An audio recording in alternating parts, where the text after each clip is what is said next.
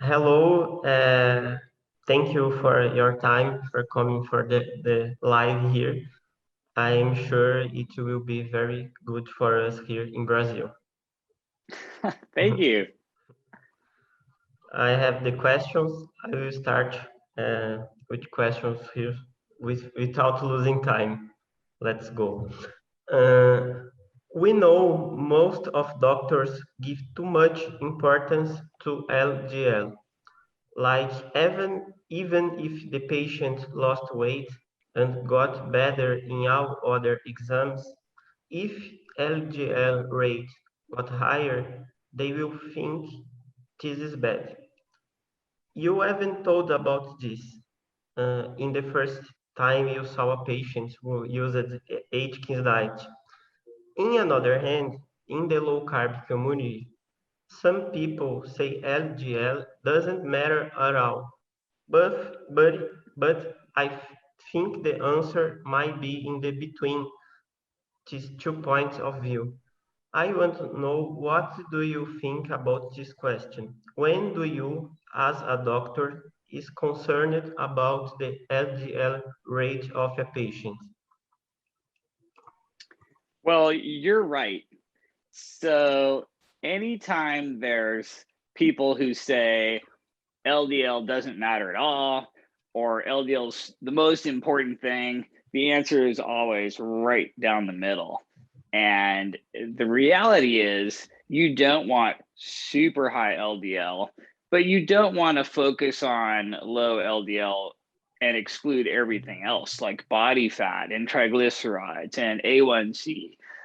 So LDL, like everything else, is on this U-shaped curve. And there's a very good point in the middle. You don't want to be too high. You don't want to just drive your LDL down.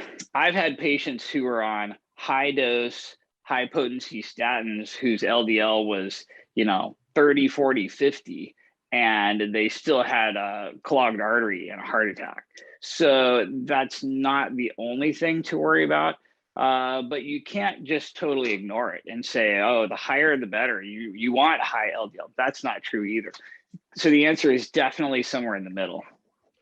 Do you have a number like when you see you think, well, now we should worry about, or you don't?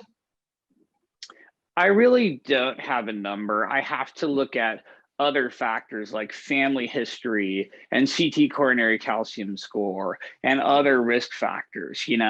If your everything looks beautiful and your LDL is a little higher, I'm less worried.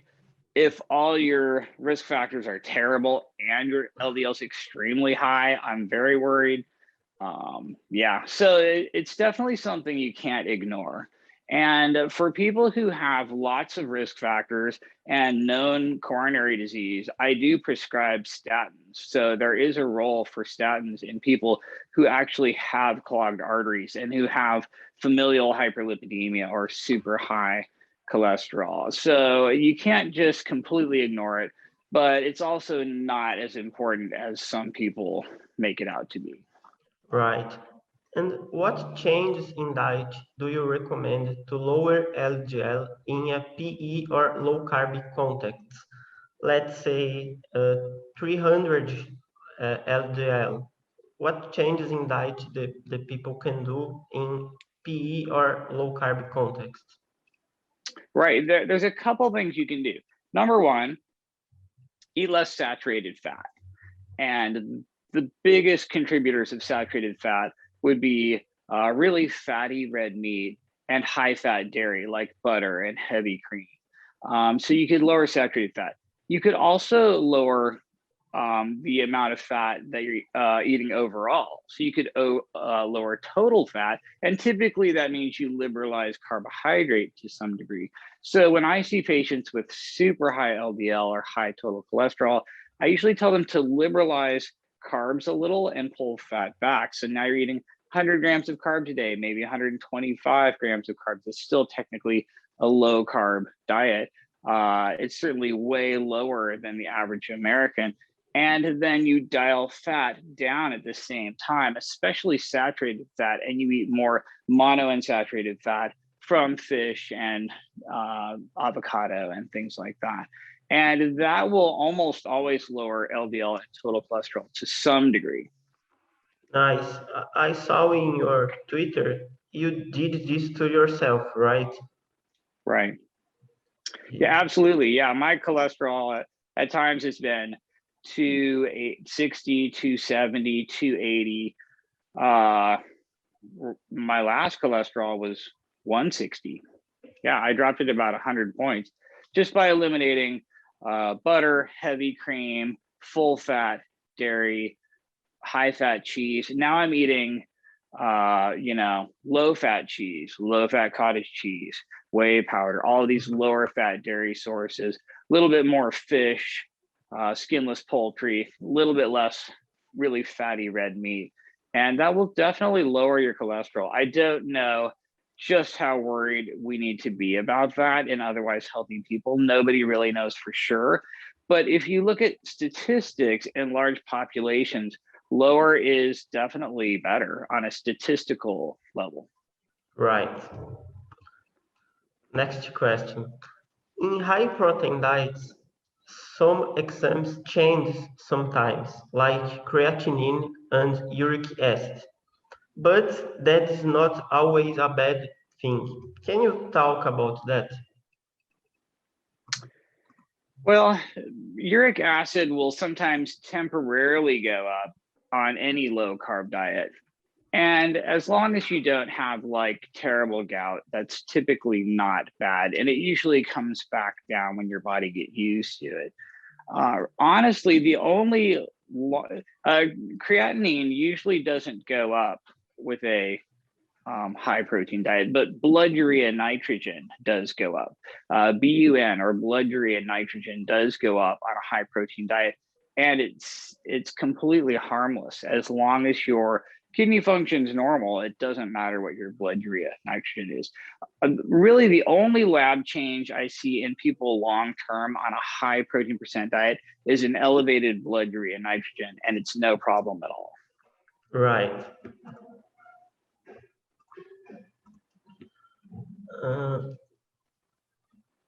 I use it to say the person who wants to lose much weight doesn't have to worry about the details. But the person who wants to lose a little weight may have to. Can you talk about the difference in the diet to someone who wants to lose much weight and someone who wants to lose little weight? Right. So interestingly, it's actually easier to lose weight if you're insulin resistant. So if you're really, really fat, if you're really over fat and you're insulin resistant, the fat just comes pouring out of your fat cells, and it's actually easier to lose body fat. In fact, as you get thinner and thinner and thinner and closer to your goal weight, it gets harder and harder to lose weight. So it's actually way easier at the beginning. In fact, a lot of people who are morbidly obese can just stop eating total garbage and they'll lose weight. Like they might just cut out soda and lose 50 pounds. But for somebody who's really, really lean, like if you're, 10% body fat and you're trying to get down to 9, that's going to be a huge struggle. You have to just shave off every gram of fat, every gram of carbs. It's really painful.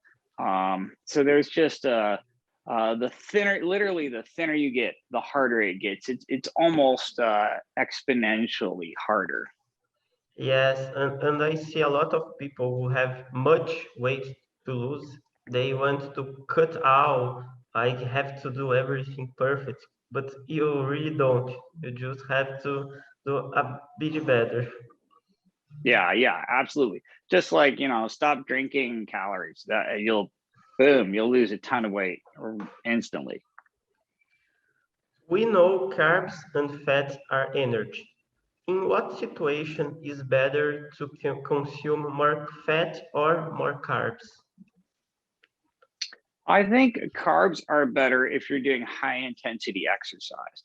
So if you're doing really high intensity exercise where your heart rate's over maybe 120 on average, you're glycolytic, you're burning lots of glucose, You can do that in a low carb state, but you have to use more protein and convert it into glucose. So you're wasting some protein that way. Eating more carbohydrate is going to be protein sparing if you're doing a lot of glycolytic exercise. So anyone who's doing more than an hour of high intensity exercise a day should definitely add in more carbohydrates. I mean, you can do it without, but it's not going to be the best for protein sparing and muscle hypertrophy. So the more active you are, the higher, the more carbohydrate I think you should be eating.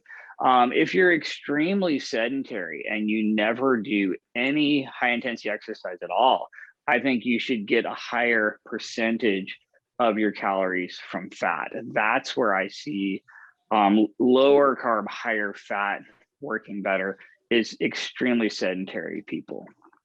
Nice.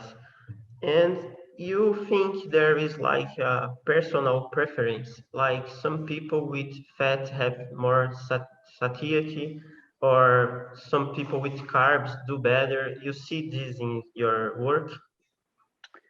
Absolutely. Yeah. There's just definitely a huge personal preference factor. And you can really make it work either way. So you have to respect people's preferences and what they like. And if you try to force somebody into a low fat diet when they'd really rather be low carb, or a low carb diet when they'd rather be low fat, it's just going to be a lot harder. So you definitely want to go with personal preference to some degree. Yes, and to some it's hard this answer because they want what is better, and maybe for you is something, and for other is other thing. Right. The only thing I know that's probably better for almost everyone is that protein to energy Right, ratio. But the carb versus fat split is you have a lot of room to play around. right, I agree. A doctor told me the PE concept should be taught in regular school. Let's say there is a school of weight loss and feeding. What knowledge and subjects do you think would be important? So the three things that I would want to see is protein percentage. So I think protein percent of the diet is a huge factor, and not enough people pay attention to that. The second one would be micronutrient density. So like the micronutrients present in the food and micronutrient leverage. That's important. And then the third one would be energy density. So it's those high energy density carbs and fats that really drive obesity. That's your potato chips and your candy bars. And if you eat a lower energy density, it's just not as big a deal to eat carbs, eat fats, eat carbs and fats together. So energy density is the third thing. Yes.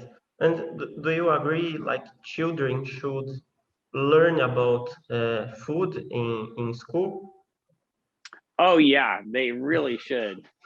I think if we really wanted to reverse the obesity epidemic, we would start teaching kids this kind of thing. Absolutely. Yes, I say if we eat without thinking, we will get overweight because this is the normal course of the world now. If you want to lose, you have to uh, don't do what everyone do. You have to do your own way. Né? Absolutely. I I heard you mentioning in a podcast that choice of food is everything. You said a bodybuilder could be locked down in a McDonald's for a month and he would be fit because he knows how to choose. Can you talk about that?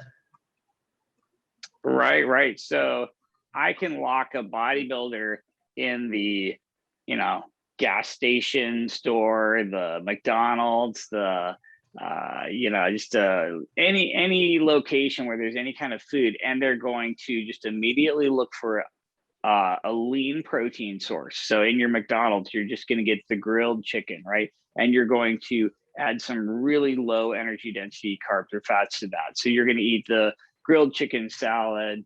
You're going to drink the diet soda.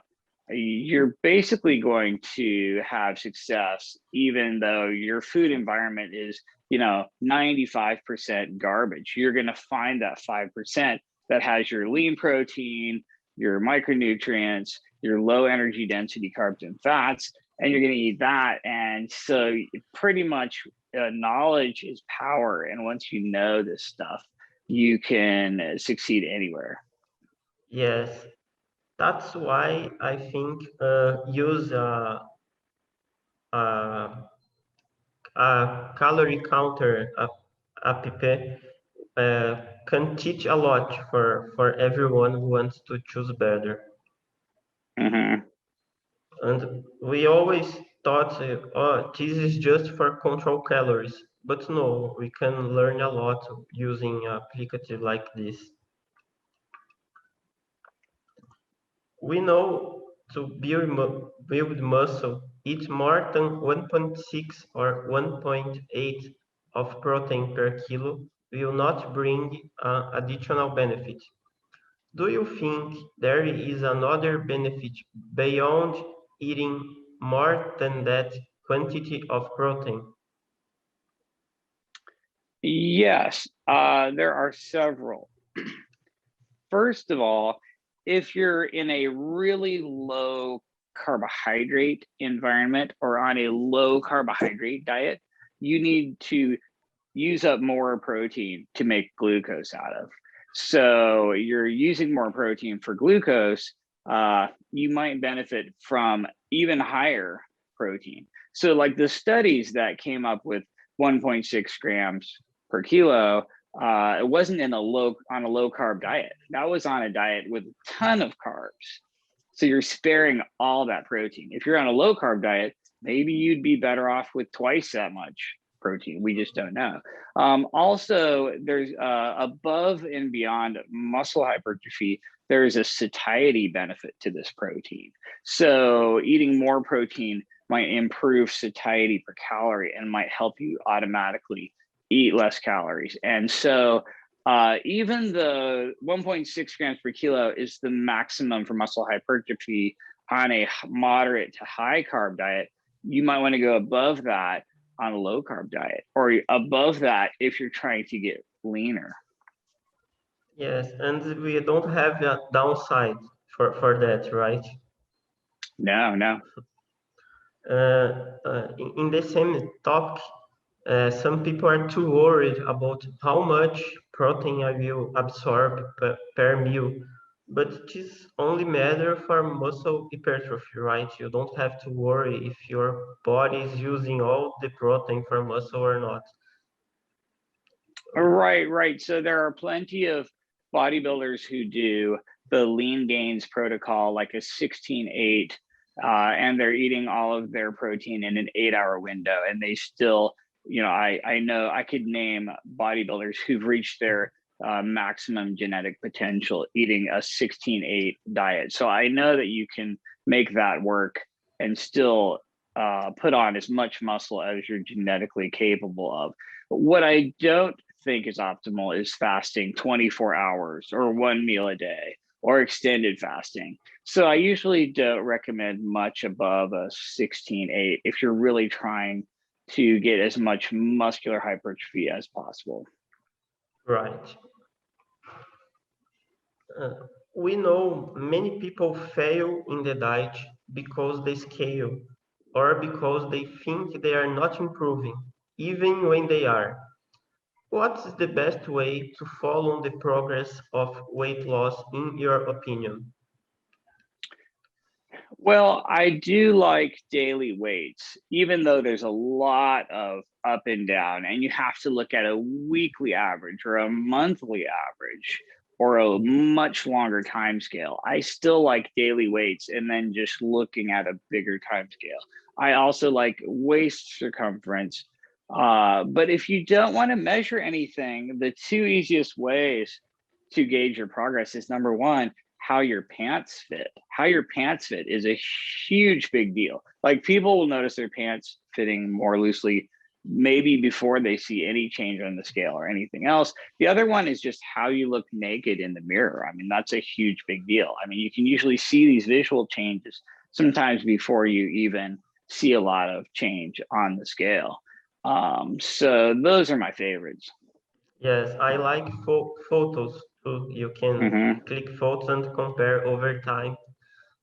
Because many people have like a emotional problem with scale. Like I see scale change, I have to do something now, and this is a big mistake in the short time. We know okay, PE diet is very effective. Because of that, I have lots of students who already have lost all the weight they wanted to. Now their goals change. They want to gain muscle. What changes do they have to do to achieve that? Well, nothing to the diet. It's all just resistance exercise. So progressive overload, just consistency, muscular tension, progressive overload, consistency, lifting. Diet really doesn't matter. You really don't have to intentionally eat a lot more calories or anything. If you give your muscles enough stimulus and you have food available to eat, you're basically going to eat more to allow for that muscular growth. So it's really not like I have to bulk or eat a lot more calories. So there's really nothing different to the PE diet that you do for generating more muscle. It's all the training. Right, I agree. But I see some girls like they start to eating too little because the satiety of the pea diet. And I say sometimes if you can even eat a bit more of energy if you really lean and want to build muscle. What do you think? I think that you certainly wouldn't want to restrict calories if you're building muscle, but very few people need to go out of their way to overeat to build muscle. If you have enough stimulus for muscle building, you will be hungrier and you will eat more automatically. So I would just say don't try to restrict calories when you're trying to build more muscle. Right. When we think about satiety, we can think in a pyramid. In the base, there is protein. It's the most important factor. But what would be the other factors who influence this matter? So for me, the number one most important factor is protein percentage.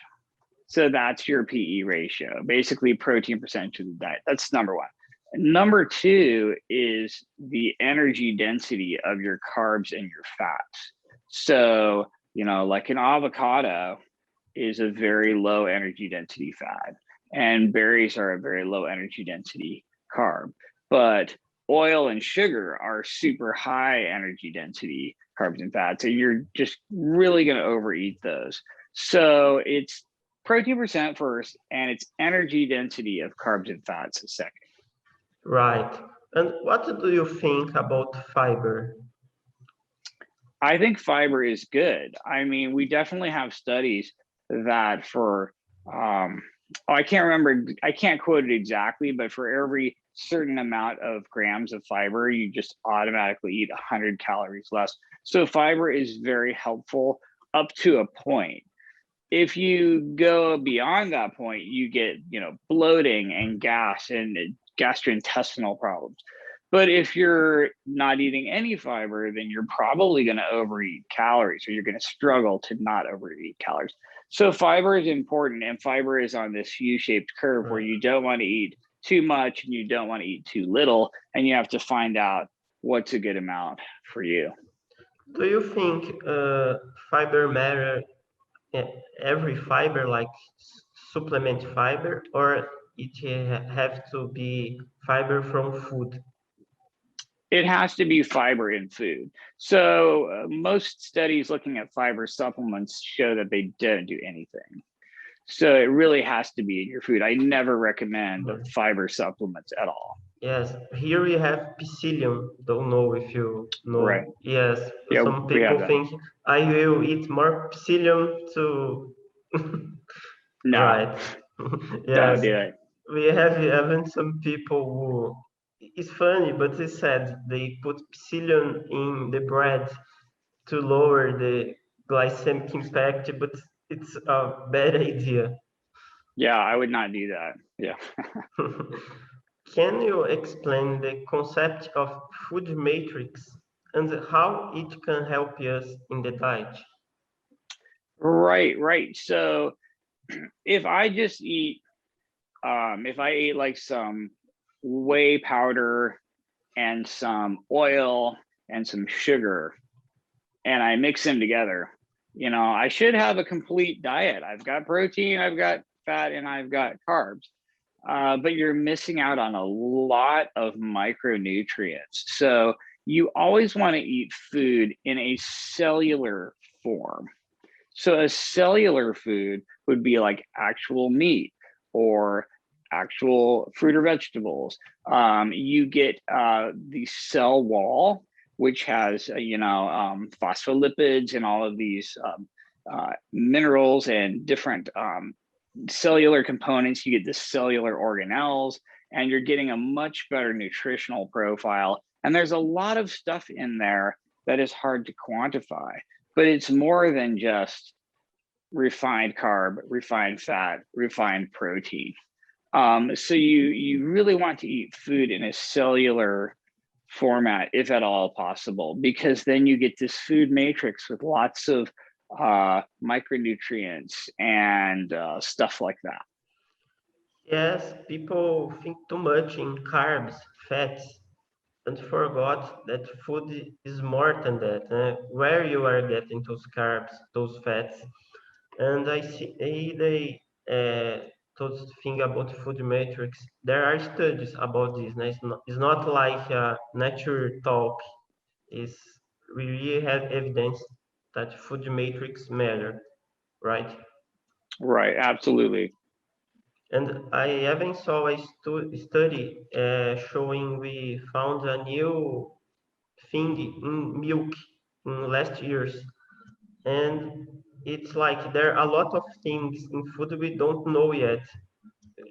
We can't quantify everything.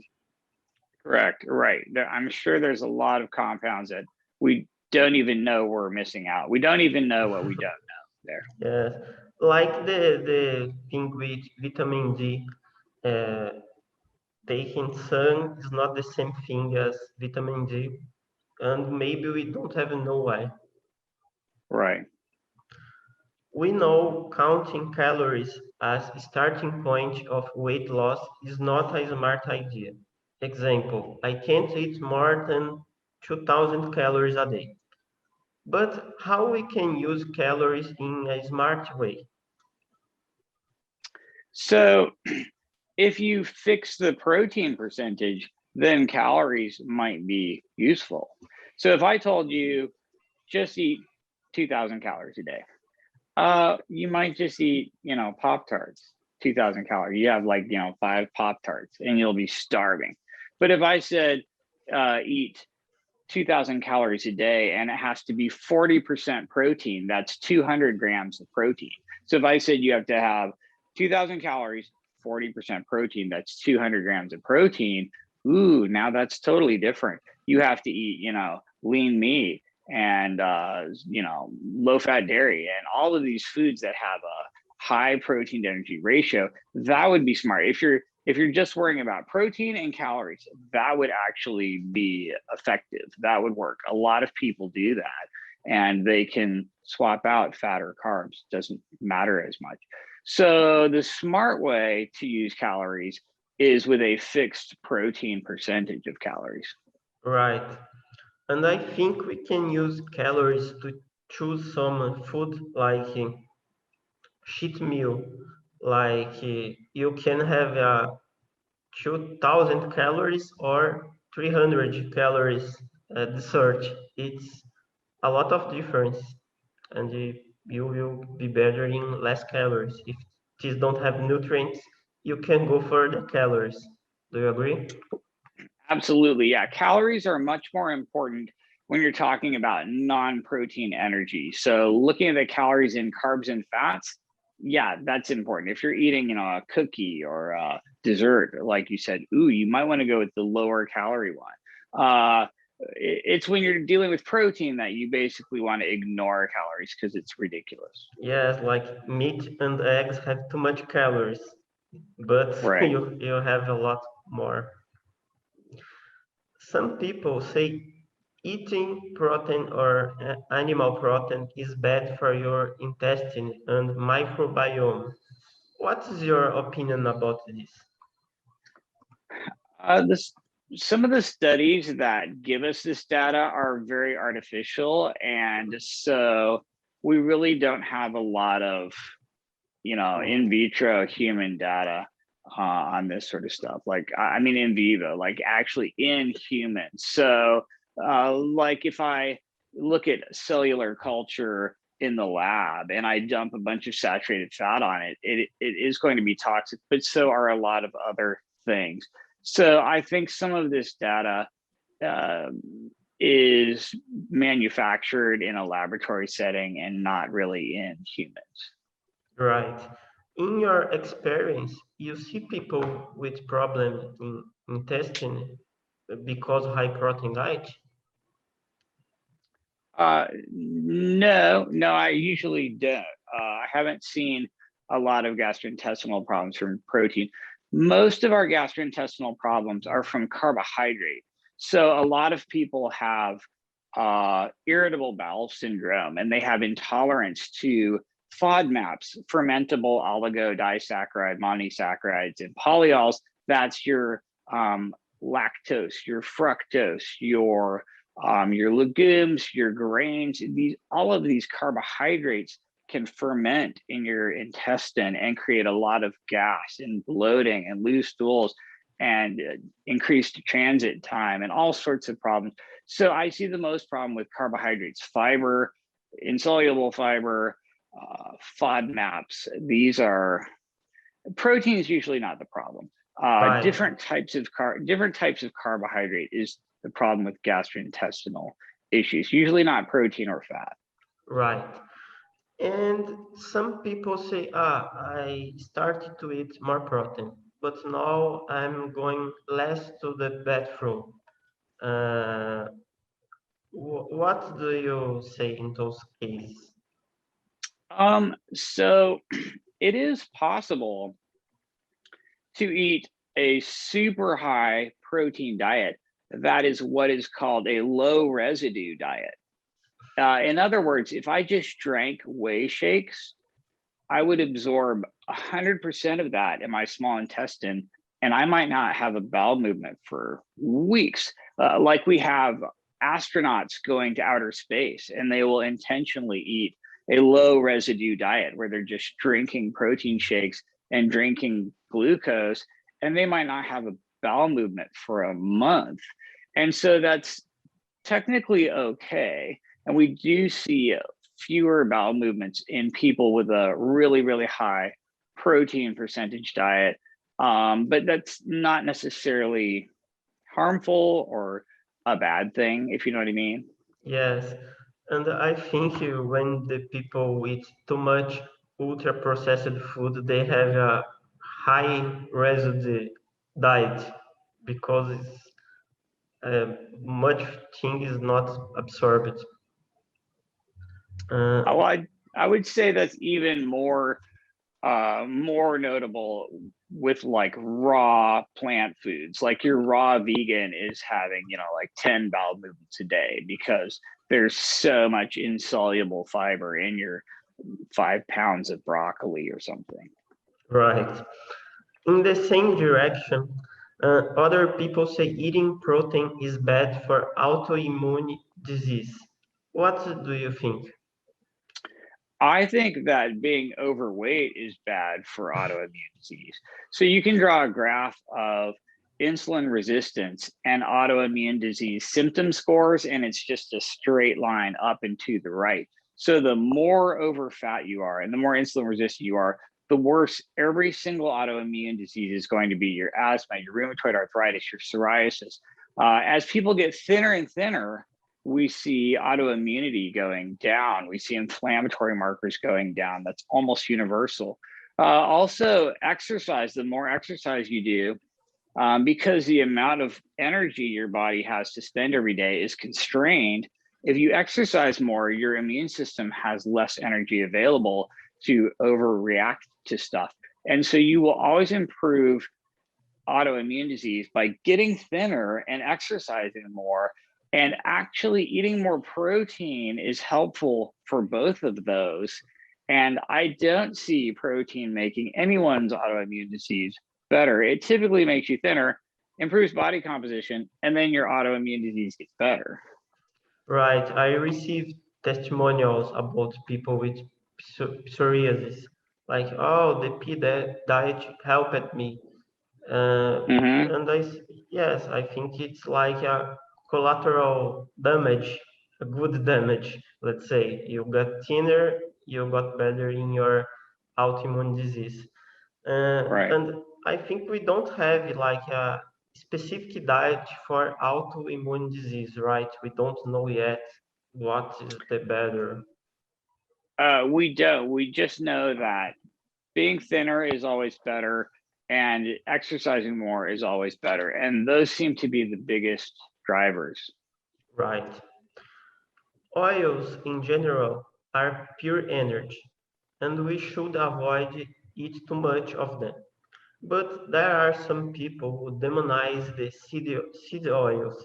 What is your point of view? So I think seed oils are the very worst empty calorie on earth. They have no protein, no micronutrients, a horribly high energy density. They are extremely terrible. They also completely blow up the omega-6 to omega-3 ratio of humans. You know, hunter-gatherers ate a 1-to-1 omega-6 to omega-3 ratio, and then you dump in these seed oils and now everyone's at a 20-to-1, which is probably bad. So I think seed oils are honestly the single greatest contributor to the obesity epidemic and the single greatest threat to human health in terms of the diet. And if there was one thing that everyone should avoid, it's probably seed oils. And I'm not even afraid of, everyone thinks linoleic acid breaks your mitochondria and does magical biochemistry stuff to you. That's terrible. Ooh. And I actually am not afraid of that. But I know that just because of all the other things I mentioned, it's the worst thing we've got. Right. And would you worry about, let's say, eat a McDonald's nugget one time per month because the oil or no? Oh no, I mean, like I cheat all the time, so I would eat nuggets once a month and probably not even care. I mean, you can definitely fit, let's say 80 or 90% of my diet is clean, and then I just eat nuggets and I literally don't care. That's the way I am. That's how I do this. So I do eat foods that are basically total garbage. And what I don't like to do is label foods as good or bad. I just array every food on a giant spectrum from the highest satiety per calorie and the highest micronutrients per calorie to the very lowest satiety and micronutrients per calorie. And so like oil would be way down here. And then like, wild caught fish would be way up here. And so I don't like to call foods good or bad. I just call them higher satiety per calorie or lower satiety per calorie. The nuggets would definitely be lower, but I can fit some of those into my diet and I don't have to feel religious about it or like I'm in a cult or like I sinned or anything like that. So I would eat that occasionally. It would just be, 5% of my diet or maybe 10 at the most, but not higher. I agree 100%. I just like the people, linoleically acid people would never eat a nugget because the seed oil there, Right. because some magical effect, I don't know. But even if you eat a lot of olive oil, will be bad for you too, because the high energy. And Right. what do you use for cook? I have avocado oil. Avocado oil is my favorite. And I have just a spray bottle of avocado oil. So I usually use a ceramic nonstick pan and spray avocado oil. Right. What would you say to someone who is following the P diet but not getting good results? Exercise more. Yeah. So if you're on the PE diet and you're not getting results, you're not exercising enough. You need to do more cardio. You need to do more resistance exercise.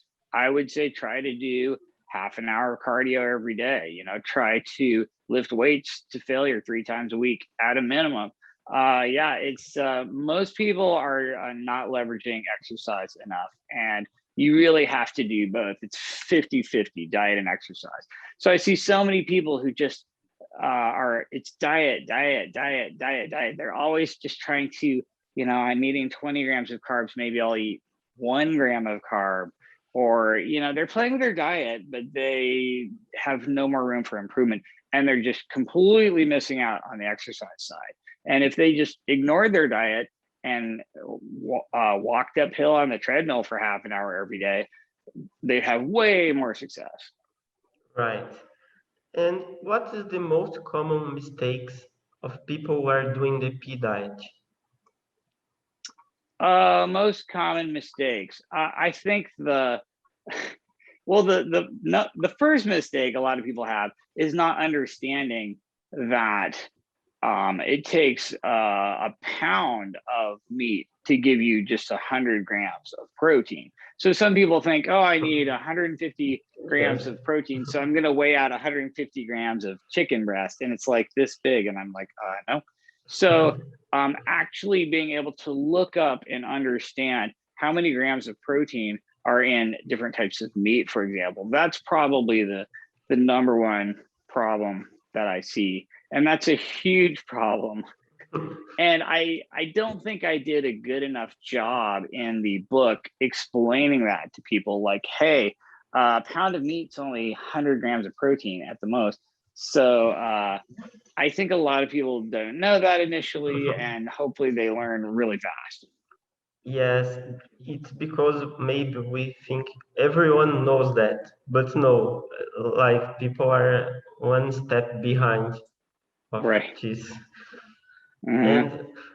And I heard you say like some people go to the extreme of P diet, like, okay, I have to eat only protein. Can you talk about this?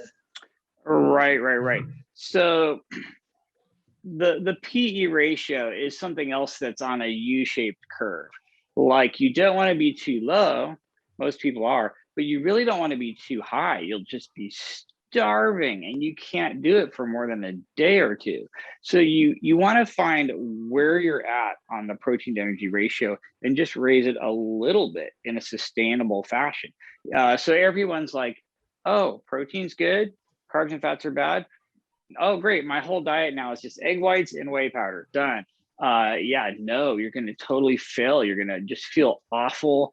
You're basically just going to die if you try to eat 100% protein forever. So you really have to be realistic and be sustainable. And the only goal of the PE diet is to increase your PE ratio a little bit from whatever it was before. So you figure out where you're at roughly and just aim a little bit higher. And it doesn't even have to be an actual number. It's just a concept. It's just a mental construct. You just eat leaner proteins. You just eat a little bit less carbs and less fats, and target protein a little bit harder. And you really don't want to go extreme with it. But that's another. Thank you for bringing that up, because that is a huge problem. Yes, and most of people will not die because too much protein, but they will think this diet is too hard. Then you Right. eat an entire pizza, and I Yeah. can't do that. I will eat my McDonald's again. And a question I received even today was, can I eat a pizza?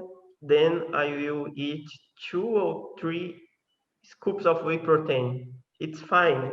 Because what do you think? You can get away with a little bit of that.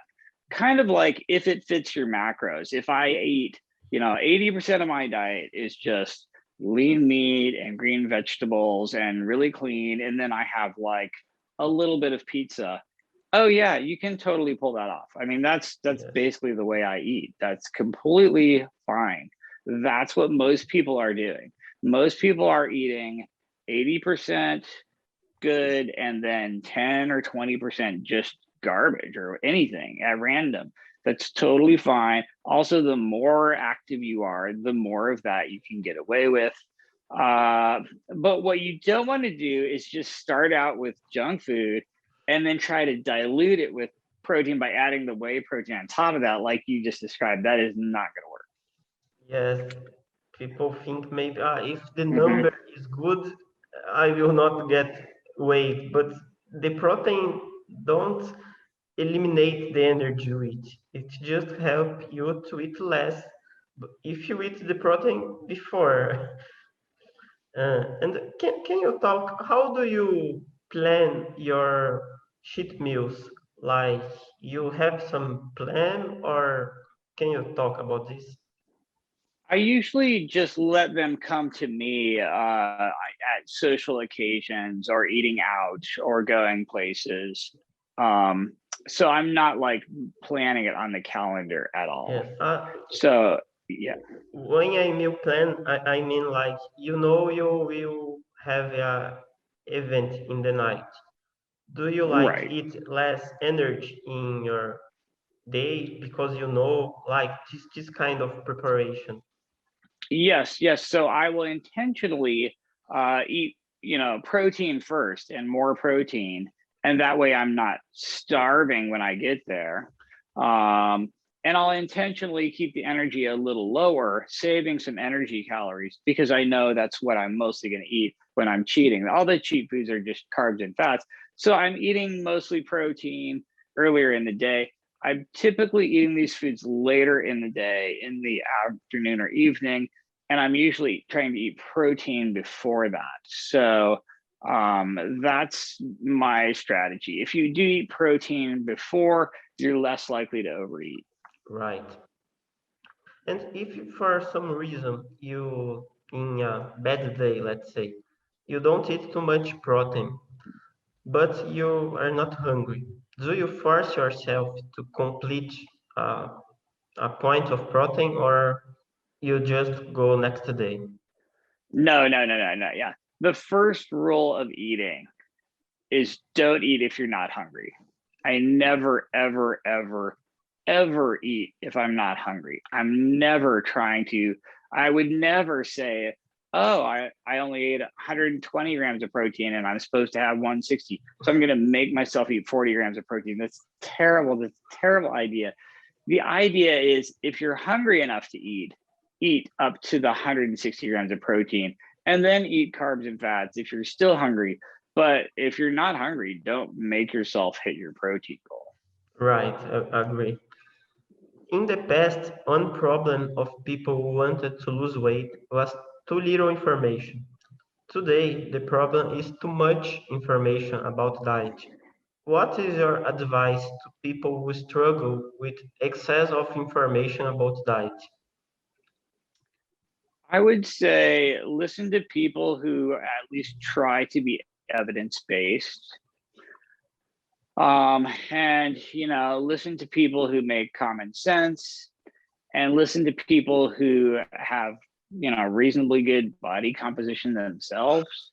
So if someone seems successful and they seem evidence-based and they seem to be making sense, then that person might have good information. But you're right, it's a disaster now. There's so much information out there. It's really hard to tell what's good and what's bad. Yes, in some cases, I think if the people follow just one person, even if the person is not really good, is better than try to get everything, right? A bit from this, a bit from this, and Mm-hmm. you can't do nothing with too much information. Right. But I also encourage people to, stay open-minded and look around Right. and look at everyone. And, uh, I am always paying attention to other camps, like the plant-based people and the vegans and the low-fat dieters. And so I can learn a little bit from every diet religion. Agree. Anything from keto to paleo to plant-based, they all have a little bit of a point there. And so I just pay attention to everyone and sort of pick and choose, like what resonates with me, or what works for me, or what makes sense to me, or what seems to fit the data or what I'm observing, or the science. So, yeah, I encourage everyone to stay open-minded and look around. Yes. You said obesity is linked with poverty because protein is more expensive than carbs and fats. What is your advice to people who say they can't afford proteins and still want to be healthy? Got it. So there's basically a 5 or 6 proteins that are super cheap everywhere, right? Eggs. Eggs are always cheap everywhere. Like, you can always find eggs on sale. I mean, I've seen eggs, for $1 a dozen, and over here in America, that's pretty cheap, and so you can always buy eggs that are cheap. Um, Canned tuna. Canned tuna is a protein source that's usually very, very inexpensive and very affordable. And so that's a really good cheap protein source. Chicken breast. At least in America, you can buy chicken breast. It's always on sale. It's always really cheap. This is a very cheap protein. Lentils. Lentils are actually not bad. They're about 40% protein by calories, and they are dirt cheap, like extremely cheap. You can buy a billion calories of lentils for like nothing. Um, where was I? Cottage cheese. You can frequently find cottage cheese for very, very cheap. Ground beef is another one, although it's a little bit more expensive, but it's still reasonably cheap, and you can buy it on sale. And if you just buy a bunch of these proteins, also, you can get a lot of your carbohydrate in a low energy density form from like potatoes. You buy potatoes and boil them, very cheap, very low energy density carbohydrate. That's what I would do. I mean, I've had patients who were homeless, and they have a propane stove and a cast iron skillet, and they just every day go to the grocery store and buy the meat or eggs that are about to expire for like a couple dollars a pound for ground beef, or maybe $2 a dozen for eggs. And you can do it with very little money, if you're using these proteins. Right, I agree. We always have a way. And if you eat bad, you will have to buy drugs and other things much more expensive in the future. You always have a better way. In Brazil, we only the cottage cheese is expensive here, but we have like liver and those things are cheap too, are options. Mhm. You talked about inflammation, and I see people are too worried about the short inflammation. Like if you eat something, it will give inflammation to you. But I think the most important is get leaner.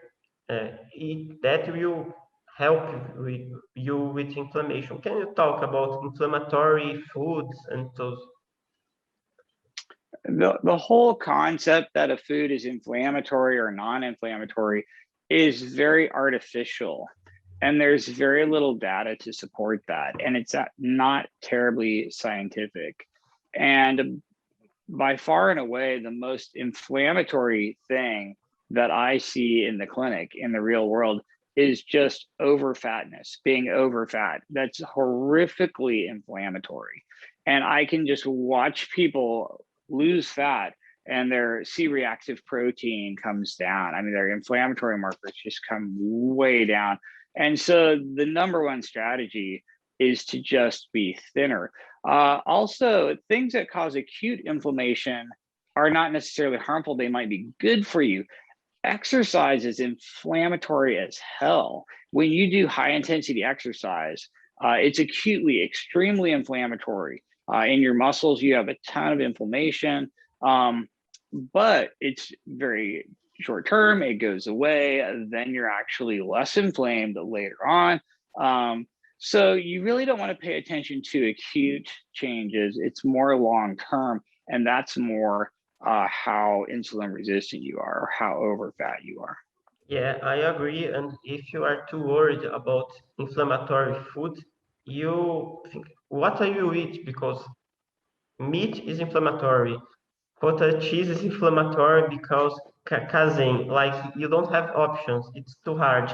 And can you talk about milk, casein?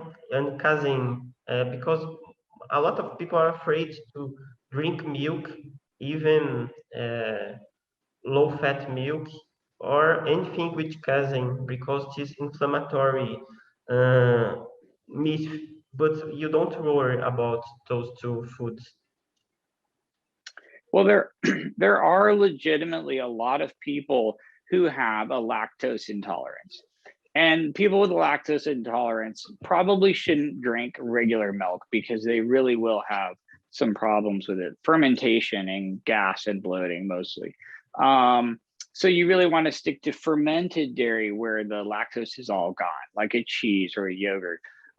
There are people who have a cow's milk dairy protein allergy. They're literally allergic to cow's milk protein, and they should probably avoid dairy entirely. However, that's a super tiny amount of people. You know, that's maybe a 10th of 1% of the planet.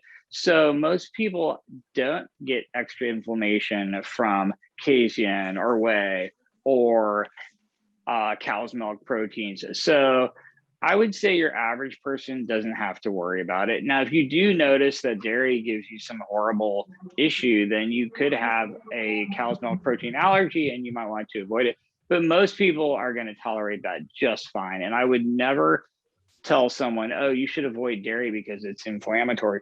I mean, dairy, it's literally the one food that was designed for mammals to eat. So it's probably not going to be that terrible. Right. Can I do 3 more questions? Oh, yeah, sure. Right. What is your opinion about pre and post training meals?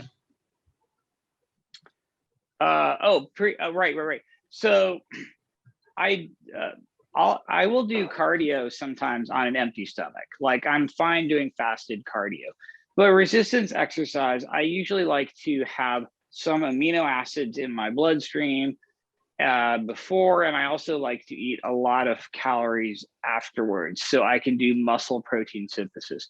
So I eat, you know, in an 8-hour window. I usually do a 16-8. So I'll eat like lunch and dinner, and I'll frequently work out somewhere in the middle. You know, I might work out in the late afternoon or early evening before dinner and then eat dinner. So I basically have a protein containing meal sometime before my workout and sometime after. And I don't really sweat the timing very much at all. The only time I'm worried about meal timing is if I'm doing a lot of cardio, like if I'm going to play ultimate frisbee and run for hours, I might have some extra carbohydrate before I do that. So for some people, carbohydrate is ergogenic also. So they like have a harder workout, or they can work out harder or something if they eat a little bit of carbohydrate before. So sometimes it's nice to time carbohydrates before a workout. Also, in the post-exercise window, you have better nutrient partitioning. More of the carbs and fat and protein goes to your muscles. So it's for me, it's really good to have the biggest meal of the day post-workout. And so that's what I'll usually do. I'll have 2 meals and I'll work out in between, and I'll have more calories after. And then the carbohydrate, I'm typically also backloading after workout as well. Right. Yes, I agree. We don't have to worry too much about pre and post meals, but in low carb community, some people think training fasted is the better way or maybe the only way. And some people even fast after the exercise. And this for sure is not the best strategy if you want to Right. build muscle. No, it's not. I'm fine with fasted cardio. I kind of like fasted cardio, and I think that's okay. But resistance, you really want to eat some protein before and after. Right. Can you talk a bit about your PE app? Oh, the app, right? Yeah, it's a lot more work than I thought. It's still not available. It might not. It will either be extremely late in arriving or never. So this is Oh. a lot harder than I thought. Mm. It is still being worked on, but yeah, let's just say I'm not exactly a programmer and I'm not a software developer, and I'm starting to realize that. Right, because the app is good for people, but some people are too much afraid of calories. They start to use like MyFitnessPal and oh my God, Mhm. the calories. So a P app would be perfect for those people, maybe someday. Mhm. Yeah, definitely. Well, the last question. What do you think someone who just want to start weight now? What is the most important thing this person should be aware? Because in the past, calories was the most important thing. Like if you want to lose weight, you have to eat less calories. But what would be a new vision of weight loss? Protein percentage. Right. Yeah, protein percentage of your overall diet. That's, I think, probably the most important thing for someone who's new to this to focus on. Right. Well, that's it. Thank you for your time. Was very good. I think people like the conversation. Later, I will uh, send to them the version with subtitles. And I was very happy to have you here. Hope we can do more things together in future. Thank Oh you. yeah, thank you. Great to talk to you. I appreciate it. Right. Bye. Bye. Pronto, pessoal. Tá aí a live. Espero que vocês tenham gostado. Tá tudo gravado aqui. A gente vai legendar certinho, passar para vocês. Quem entendeu aí, tem algum comentário a fazer, ficou com alguma dúvida do que ele falou, quer fazer algum comentário extra? A Karina comentou, foi ótima, no início foi difícil de entender, acho que você foi entendendo um pouco ao passar do tempo, né? Ah, tá. Não entendi muito do LDL, porque estava dentro do carro com barulho. Bom, ele falou basicamente que o LDL não é tudo, mas também não é legal ter um LDL altíssimo, né? Então, realmente, a gente tem que ficar ali no meio termo. Bom, pessoal, então é isso. Muito obrigado por todo mundo que participou aqui. Em breve a gente vai disponibilizar certinho. E semana que vem, quinta-feira, às 19, a gente vai ter uma live com a, a Carla, que é uma psiquiatra, tá? Ela vai falar de compulsão alimentar. Vai ser nesse mesmo esquema aqui, tá? Então é isso, pessoal. Até a próxima e a gente segue firme na escola.